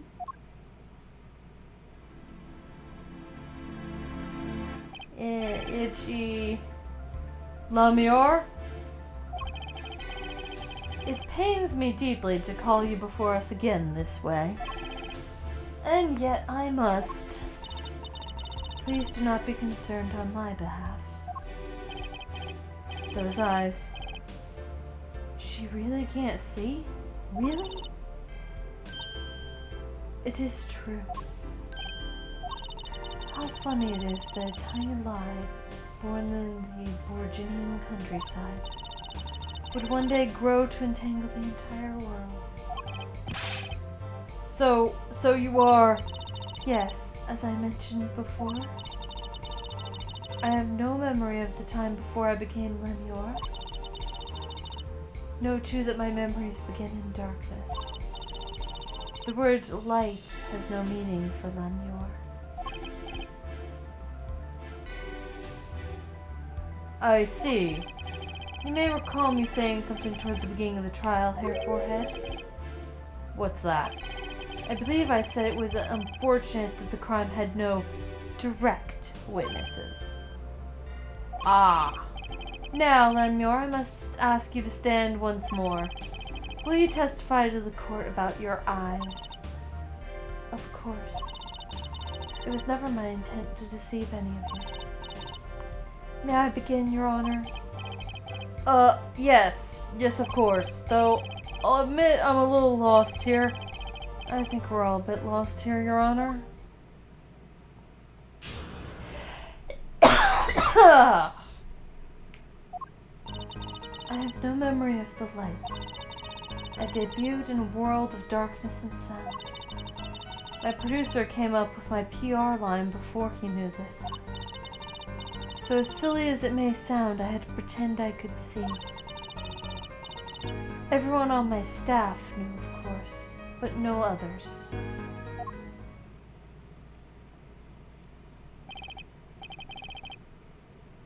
But this is a murder trial. I apologize, it was part of my contract, you see. I was to keep my blindness a secret, no matter what. Music is everything for me. I never imagined something like this would. She told us the truth in the beginning, when she said she saw nothing. Very well, does the defense have anything to add? I'd like to cross-examine. But what's there left to ask? There was one thing in her testimony that bothered me. Perhaps it is best we let you get it out of your system. Someday you'll come to understand. The importance of thinking for yourself. Very well, the defense may proceed. However, be aware this court will not tolerate any questions deemed too stressful to the witness. Okay. There's only one part that bothered me. Let me just ask about that and I'll be happy.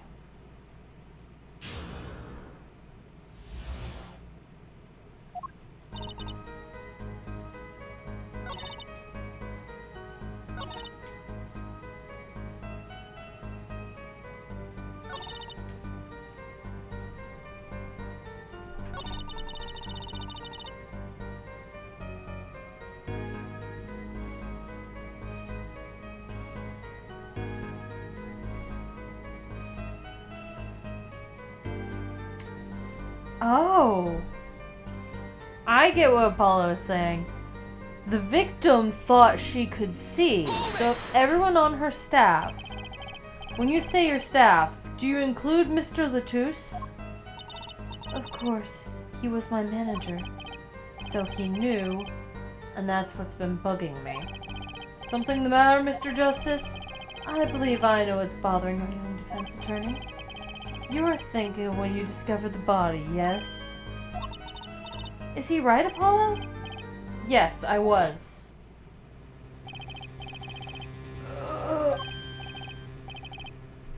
He's alive.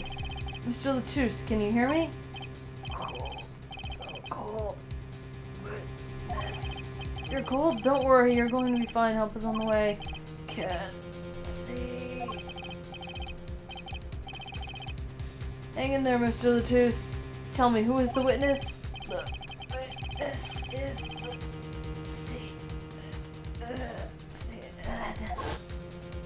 Oh, I get it. He was letting you know that she can't see during that. Mr. Latouche told me to ask the witness and he named you.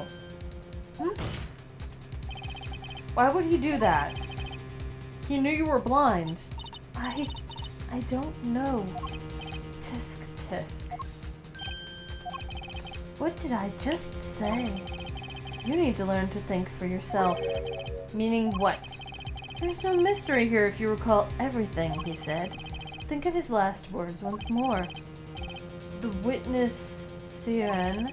We've heard them many times, along with our little play acting by our defense. I remember them well myself, but refer to that wife. That is not the statement to what I refer. What I mean is what he said before that. Before? What came before that? Ah! That's right. He tried to tell you. When he said can't see, he wasn't talking about himself. He was talking about the witness. I see. Too bad the defense did not. Well, hair, forehead. Try relaxing and looking at the facts next time.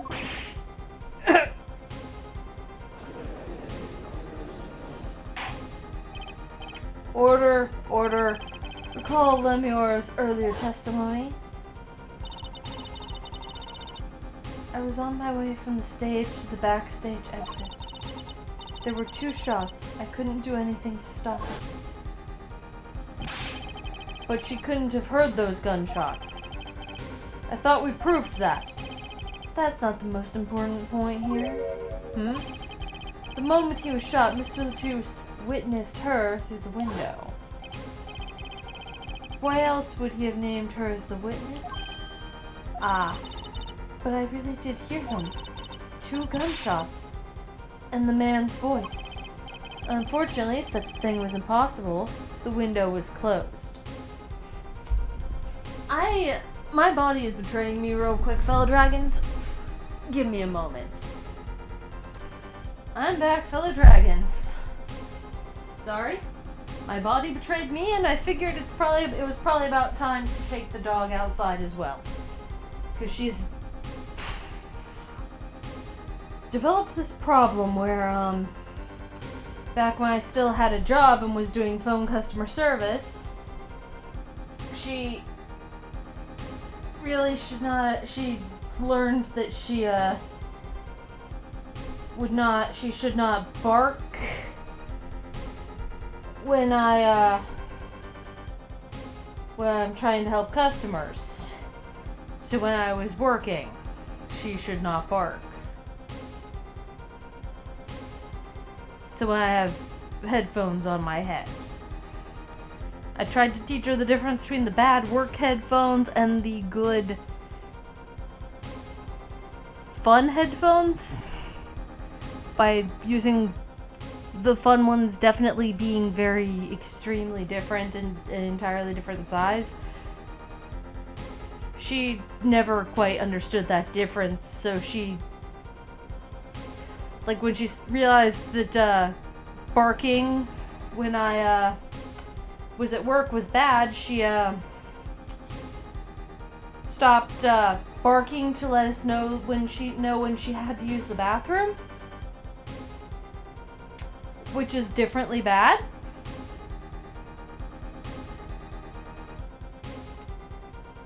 Because she would just pee on the floor and she won't use puppy pads, and she refuses training to use puppy pads. She just won't. She will only pee on grass or carpet. She refuses to pee anywhere else. I've tried to get her to pee on puppy pads. I've tried to train her. She will not. And when she doesn't, the cat just steals them from her anyway and uses them himself, because he will pee on puppy pads. Because his litter boxes, he can't use a litter box anymore because of his arthritis. He won't. He just won't use a litter box anymore, so he uses the puppy pads instead. So at least one of them is using the puppy pads, but if I don't take the dog out frequently enough, she will just pee on the floor because she has stopped asking to go outside because she heard my boss yelling at me after she barked. And it wasn't even like, my boss wasn't even yelling at me. It was different. Like, she heard me getting reprimanded by my boss, saw my reactions,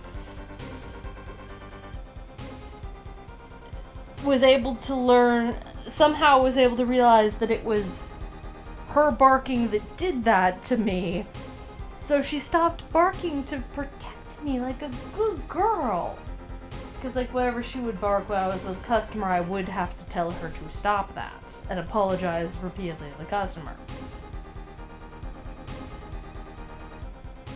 So she figured, somehow she was smart enough to figure out that, oh, I got my human in trouble, oh no. Her doing that is not why I don't have a job. I didn't get, like, even any write-up, just a verbal reprimand of, like, hey, we gotta be careful about the dog doing the thing. But the dog somehow figured out that, and she stopped barking.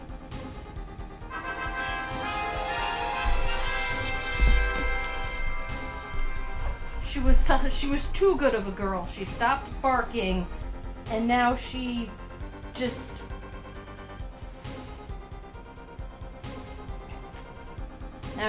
pees on the floor by default if during certain hours of the day. Doesn't even bother to ask anymore. She learned my work schedule when I had a work schedule. And she still kind of goes by that. Or she'll peek in, and if she sees me with headphones on, she will stop barking. Unless she really has to poop. Because she will still bark for poop, it's just for pee that she doesn't have to do. Or it's just for pee that she refuses. And will just pee on my floor. And I'm still trying to clean up all the messes from that. So yeah, I took her out, even though she wasn't asking, to try to prevent her from needing to use the bathroom. Because she learned a bad behavior by being too good of a girl.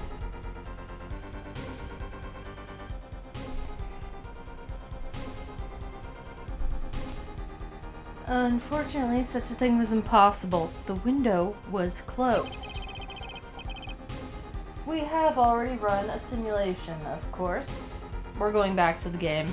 Sorry about my tangent. But it was so clear. If I heard that voice again, I would know it in an instant. Your Honor? What is it, bailiff? Can't you see we're in session here? We have the results back from the investigation. The investigation?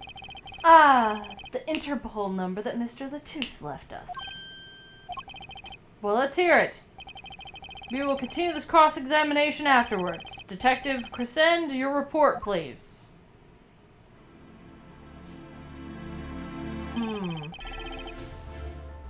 I asked Interpol about that number. I'm sure you'll find their answer intriguing. Quick work as always, Daryan. Well, tell us about the number. Is the defendant a secret agent?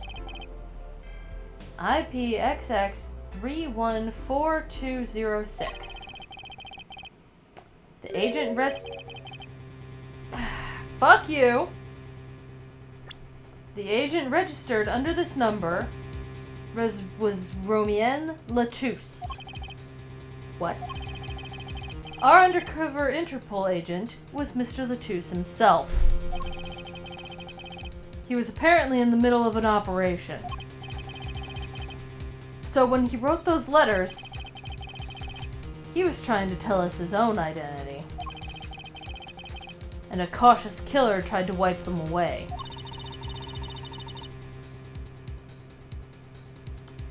Mr. Latouche was an undercover Interpol agent?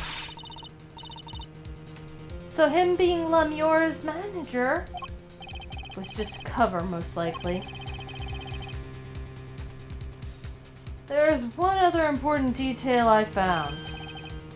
Well, out with it. It concerns that .45 caliber revolver, the murder weapon. Apparently, it belonged to Romien Latouche. He had an Interpol permit to carry firearms. And the registration number on the revolver matched. So, the victim was killed with his own weapon, which makes sense. It's hard to imagine someone who wasn't an Interpol agent with such a large revolver.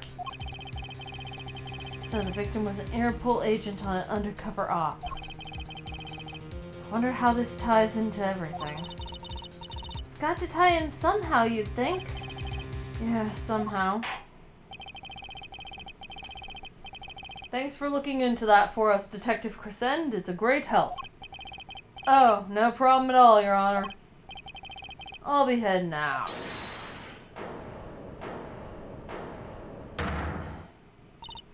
Wait. Lemur, is something wrong? The matter? That voice just now. Daryan? Mr. Daryan, was it? It was him. I'm sure of it. It was him? You aren't saying. That voice I heard talking to Mr. Latouche when I heard the gunshots fired? It was him. It was Mr. Daryan. Is this some kind of a joke? What? No way. Oh, he has long...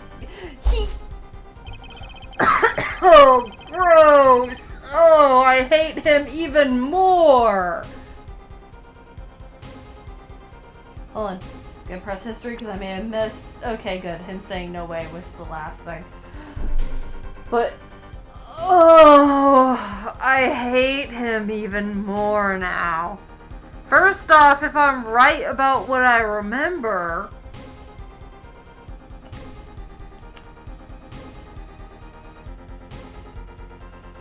Then fuck that guy. But also, he not only has the ugliest pompadour I have seen in fiction in a while. It's also a mullet. He has a pompadour mullet combo. How? Fucking greaser in the front, party in the back? What the fuck, man? No. Ew, ew, ew, ew, ew. Fuck you, hate you. Fuck you in a way that is uncomfortable for anyone involved. The person fucking you shouldn't be happy. You shouldn't be happy to get fucked. No. Nah, Daryan needs to fuck off and stay off my screen. I now, just that design alone. Nope, ew, no, fuck, no. Fun fact, fellow dragons, I don't like the pompadour hairstyle on characters or real people. Like, I especially don't like it in fiction because it's crazy over-exaggerated. Like, on real people, it's never that kind of crazy pompadour thing anymore. It's just like maybe a little fluff on the front. And that's usually fine. My brain doesn't register that as being a pompadour. Fucking anime pompadours like that, hate them. Every time. I hate it. In my opinion, it is a terrible design choice unless you are trying to design a terrible person.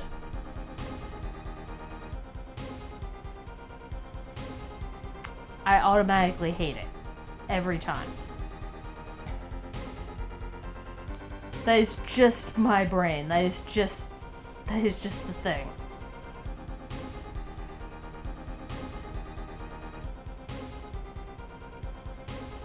So back to the game. Now that I've complained about the discovery of the mullet, the pompadour mullet combo, hate it.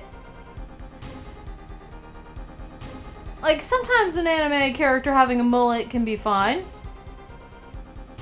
If it's designed correctly and it's fun.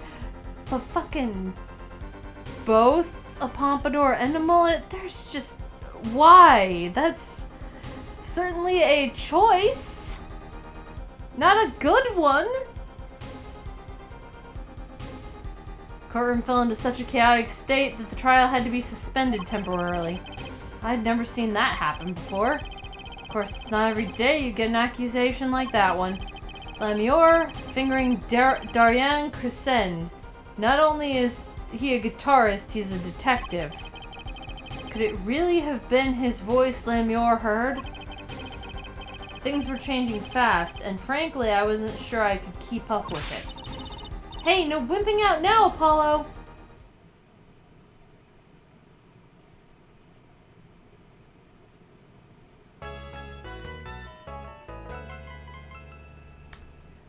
So now is a good time to actually end the episode. I wasted too much time complaining about fucking Daryan Crescend's pompadour mullet.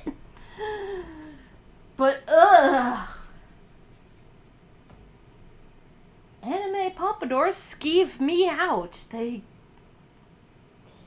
yeah. Anyway.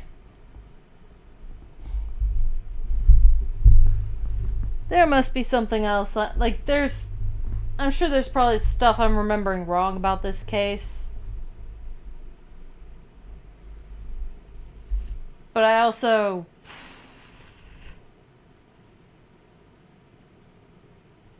like, there are things I remember. I didn't remember Lemior being blind. Didn't remember that.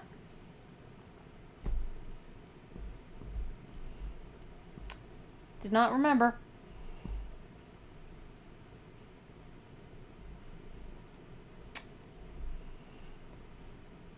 Remembered something.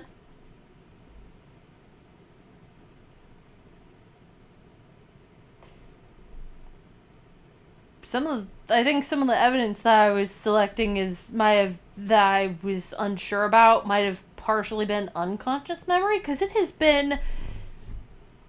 Pretty sure the last time I played this shit was 2013. So it's been long enough that I have forgotten most of the things, except for a few major plot points. And this case is pretty important, so... pretty major plot points.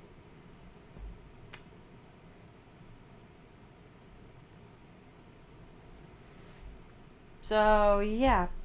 Gonna continue this trial next episode, because I'm assuming trial day 1 is not going to end here. This is just a recess. Probably. But, the last time I did not end an episode on the recess, the tutorial trial went on for 4 hours. We are not doing this again, fellow dragons.